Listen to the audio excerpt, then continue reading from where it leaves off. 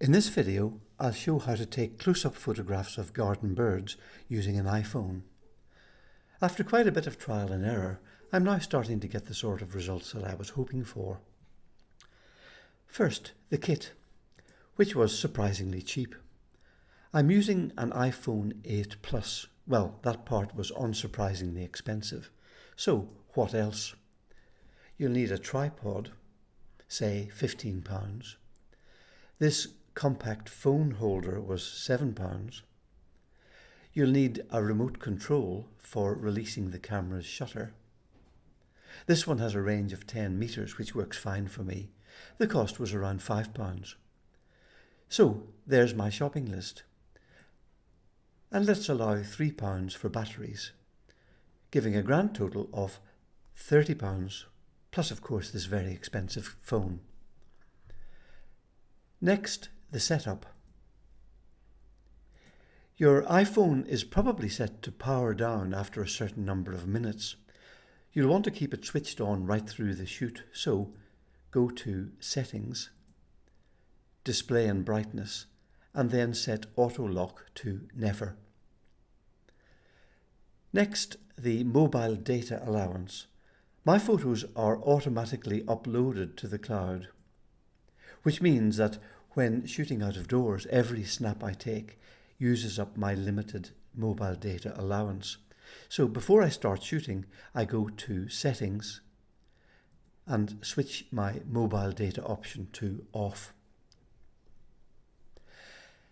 Next, clip your iPhone to the tripod and place them close to the bird feeder. Select the camera app and choose the photo option. You'll also need to set the focus on the bird feeder, but to make sure that the setting stays the same for the entire shoot, set the focus lock. So on the screen, press and hold your finger on the bird feeder until this yellow AEAF lock symbol is displayed. And finally, retreat a safe distance away. Luckily, the remote works through glass, so I slip indoors and take your photos using the remote. By the way, two quick tips here. If you press and hold the remote button, it will create bursts of multiple photos, which can be useful.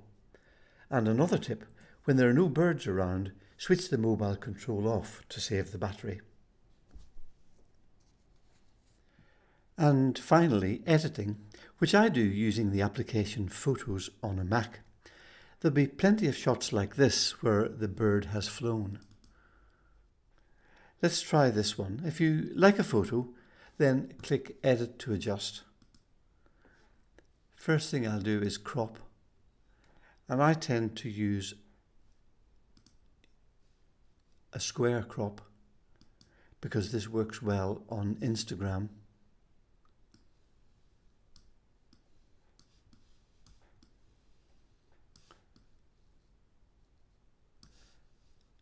Come in a little more, I think.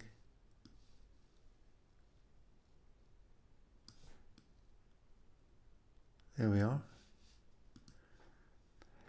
And then I can make a few adjustments to the colour.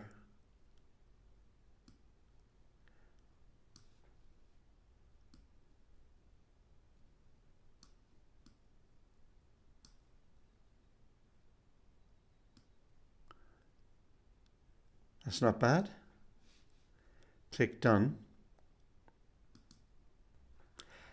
And that's one nice looking goldfinch.